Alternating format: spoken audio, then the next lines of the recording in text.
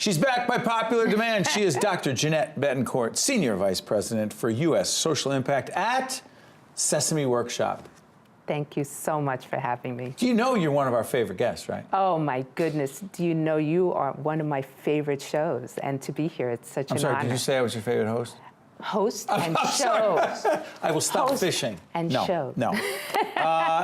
More to the point, we were talking about growing up great. We're talking about some of the work. By the way, put Sesame Workshop into context. Who are you? What do you do? Because we think we know. Oh, well, maybe you don't know all of us. Sesame Workshop is a nonprofit organization, believe it or not, whose mission is to help children grow smarter, stronger, and kinder, and to do it around the world. We, believe it or not, target 183 million children in over 140 countries. That's important work, to say the least. And the last time you were here, you were talking about this wonderful character on Sesame Street. Her name is Abby. Abby, yes. Who has autism. Well, it's Julia. Julia. Yes. Julia, and Abby is her wonderful friend, as is Elmo.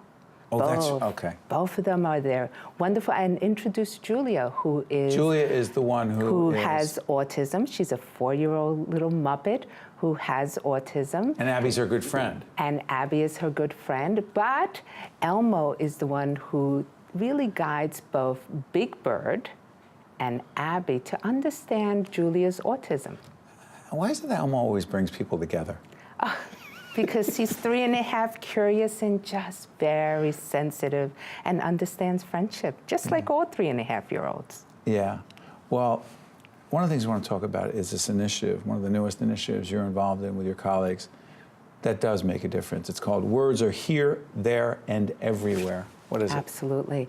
It is a wonderful partnership with PNC Grow Up Great, who is a bank that has made an investment, a tremendous investment, in improving the quality of early childhood education. So with this particular initiative, it's really scaffolding on the long-term effort that we have around school readiness for children birth to 5 years of age. And in this particular initiative, we're looking at how important vocabulary is in helping children understanding the world, but also getting ready for school and understanding that words are all around us, but we should be engaged in both easy vocabulary, but also challenging kids with deeper and harder vocabulary along the way. We do that in certain ways. One is from the point of view as grown-ups, we are the circle of care.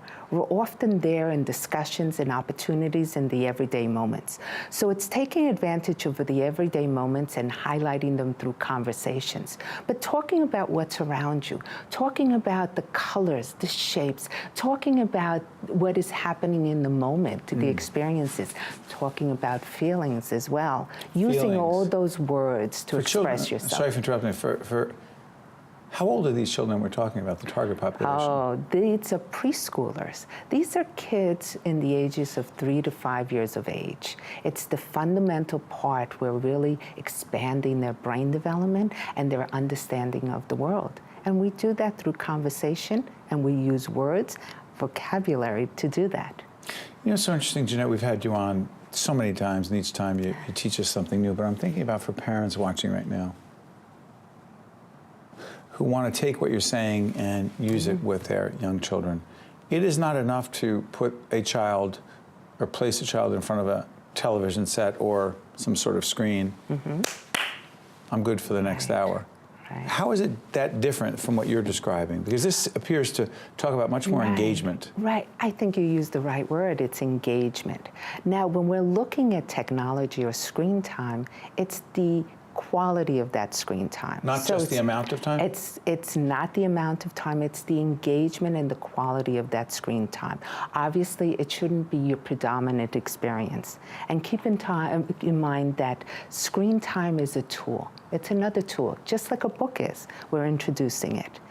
But you said something, engagement. And it's part of what we call nurturing or parenting. It's how we connect with our children and in these everyday moments and activities to talk about what's happening in the moment. And that means that if we're walking down the street or we're going shopping, we're not just looking at the items that we're purchasing. We have an opportunity to talk about them and ask questions. But the secret is that kids are so curious. They're always asking questions. And it is our responsibility as adults to help and respond to them and engage with them. Help me again on that, Lauren. It's called the digital. What is a digital storybook? Oh, this is a wonderful experience that we have. And so all of these resources that we are talking about are at sesamestreet.org/words. Can we do that again? Put it up there. sesamestreet.org/words. Our great team will figure that out. Go ahead. What happens when people go there? And you go there, you have an opportunity of multiple resources that give you opportunities interactively to enhance vocabulary. One part of that are these incredible digital storybooks that highlight experiences around math and science and the arts.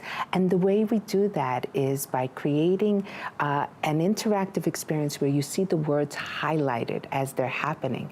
And they're also connected to the pictures in the storybook. So you can stop them, you can ask questions about it, but you're also seeing the interactivity and explanation of that word in the moment through pictures. So Doctor, it isn't, it isn't simple as just saying, oh, I'm going to keep my kid off of digital media. We've got to cut back on the amount of time they're spending.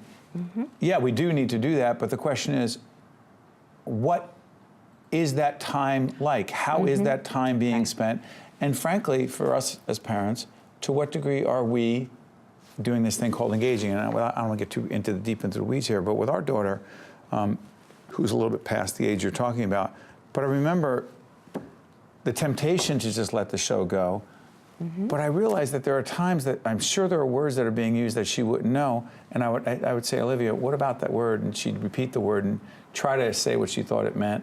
Right. She didn't have it 100% right, and then we would talk about it, give her a sentence. And is that what you, the reason I'm going into that detail, because I want to go into understand what engagement means. That's exactly what you're doing. You're taking advantage of the opportunity, right?